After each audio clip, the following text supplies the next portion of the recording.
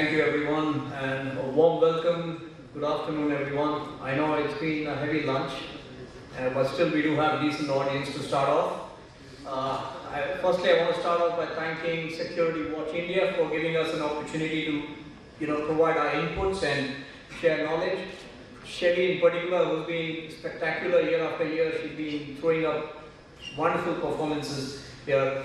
And one more thing, I'm really happy to see this screen here rather than the screen that was there in the morning. So probably we are the lucky ones to present with this screen here. So having said that, let's not quickly get going with this. This is something that I'm very sure most of you would agree to. When it comes to crime, people don't generally wake up one fine morning and say, yes, I'm here to commit a crime today. Absolutely nobody is going to do that, which means that there is the information about that particular entity or person is somewhere in your system, okay? And the challenge that most of us have is finding the right information at the right time. There's no point in getting an information when you not at the right time, right? So that is the most important thing, okay? So what is it that government is really doing? I mean, let's not blame the government always. India is growing, India is developing. We always keep comparing ourselves to US or UK. It's much safer, much secure. No, I would want to disagree there, right? India is definitely going towards that stage, right? So government is making every effort to improve the citizen and business services. They are making the transportation systems. We may have woken up late, but definitely we are on the right track, right? We are making sure that the national security is all intact. Management of resources in a very efficient manner, which subsequently is going to lead to better public safety. So what are we talking about in yesterday's approach? If you look at it, it was more about back office analysis. There is an incident or an event that has taken place. We simply go ahead and start analyzing data surrounding that event. Okay, it's been a very traditional approach. You need specialized forensic analysts to work on those incidents, and you churn out a bunch of data which may not be relevant. You close the case and move out. Today, what I want to really bring in is community-based policing with a flavor of intelligence in it. That's where I brought all the three factors, parameters, the people, information, and the processes. I remember Mr. Basi in the early morning, he made a mention about processes, automating processes. I believe having a technology, in your system will definitely automate process. Probably from IBM standpoint, we'll let you know how to also complicate those processes. Okay, but one of the things here is you have to link these three parameters: people, process, information, right? Keep people.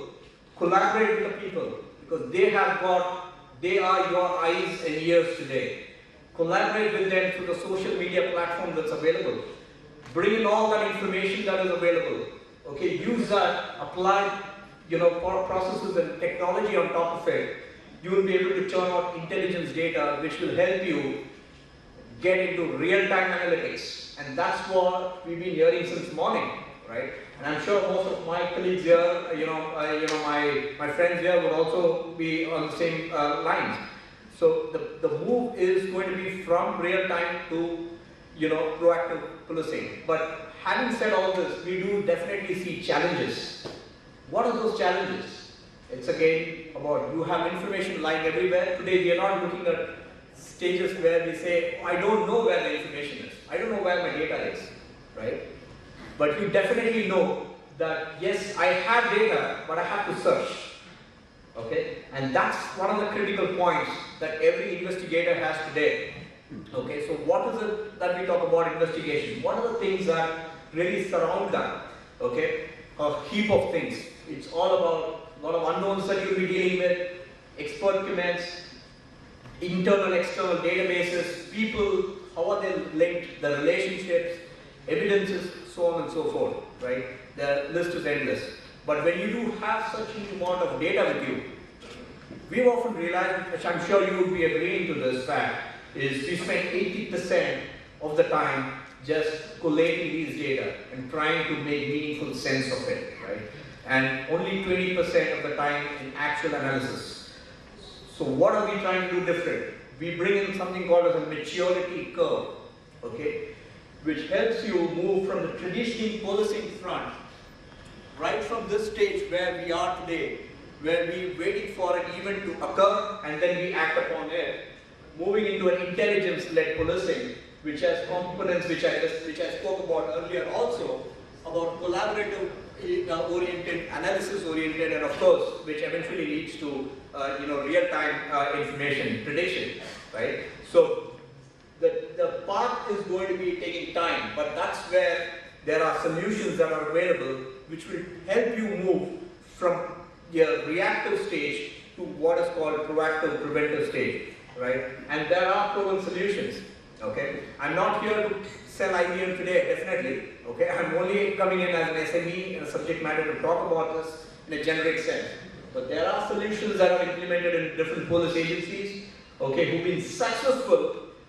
Okay, when we talk about government, it is not just about money, it is about productivity, most importantly, and the time saved. Okay, and that's exactly what each of these police agencies have done. Okay, they have invested in solutions that can provide them access to the data and fingertips, whether you are sitting at a control center, you're on the field, a field marshal, the data is available to you, at the fingertips for you. And most importantly, today, another challenge is the data that you have. How confident are you that it is trusted? Okay, we can say, oh, I do get all data, but do you really believe that data? That's another area that the system will need to address for you.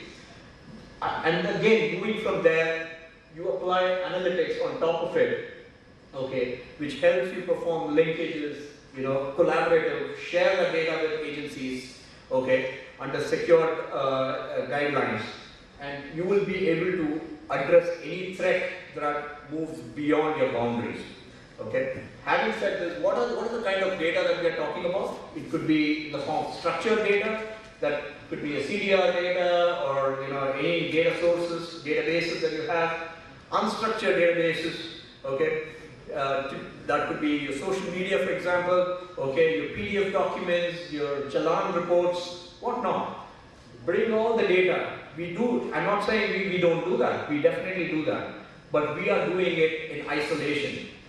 But when you bring all these data into a central repository and address each and every user's ask, okay, because when we look at the policeman, each and every police official will have a different purpose for the data that they are looking at. I may not want to look at the data the same way that another person is looking at. So that is the important task that you should expect a solution to address. So what do I call about a unified solution? A unified solution is that which can be instrumented, which can be interconnected and intelligent about. When I say instrumented, the data that can come in from cameras, mobile, data sources, okay, interconnected, you have an entire social media platform at you, which throws a huge chunk of data, terabytes or petabytes, okay. You have emails that you can scan across. These are more from an unstructured data analysis perspective. And then, again, on top of it, you have different algorithms, okay, technology. That's where the technology layer comes in, okay, which helps you churn this data in a more meaningful manner, brings in the intelligence to you. I'm just going a little bit more deeper. I wanted to stay away from this slide because it's too much of an eye catch, but it just gives you a flavor of what I just spoke. I'm just summarizing it. You have external data sources, typically your driving, license database, passport databases, CDR records. You may have internal data sources, 100 calls, FIR complaints, unstructured databases, okay, social media, interrogation reports. All these data is never in its pure form, which means that it is never in standardized form ultimately. So you definitely need a layer that can cleanse the data, that can standardize the data in a format, in a structure that each one of you can save time tomorrow. When you are going to have repeat data coming into your system, you keep a structure in place so that the data gets cleansed, Okay, it gets fed into a central repository from where you can start sharing that data. You know, you push it to a GIS engine where you can project to a map and show at which incident where it has occurred, or send alerts to the command control center, right? You can also have a command control solution where these alerts will come prioritized. This is one more point that I want to make that Mr. Bassi made in the morning about when a call is made in the dial 100 number. He mentioned about 30,000 calls per day. That's huge. That's massive, right? So that's like, how are you going to prioritize? So if you look at it from that perspective, then you get a solution that helps you prioritize your calls, your inputs, your alerts, and it will feed in those alerts to your command center, and based on that, an SOP is generated. So now that I've spoken, I want to just give you a graphical view of what I've spoken. Now we look at, somebody is dialing into the dial 100 system. You get there's a command control view, for example, okay, with an integrated map. You could integrate a heap of other GIS capabilities in the system. Okay, the operator, the command control accepts it, sends it to the responders. The responders are able to identify the location, and most importantly, one of the things that the smart solution does is also it identifies the resources available real time for you, for your disposal. This is where I said bringing in layers of rules that you can set in. If but helps you minimize those alerts, helps you reduce those false positives that can come out in the system. So this is where you analyze, you get into the response, an SOP is initiated, the resources are sent, and then the investigation starts off. When the investigation starts, you have data that can come in from different data sources. You analyze the data, you look at the historical details about the crime patterns, where it is happening. This helps you take appropriate actions, okay, and generate different kinds of reports that may be required. You go dwell down into another data source, okay, to get more suspect-related data, okay, and I'm just going a little bit faster, okay, and more about how the suspect data is linked to a vehicle, for example.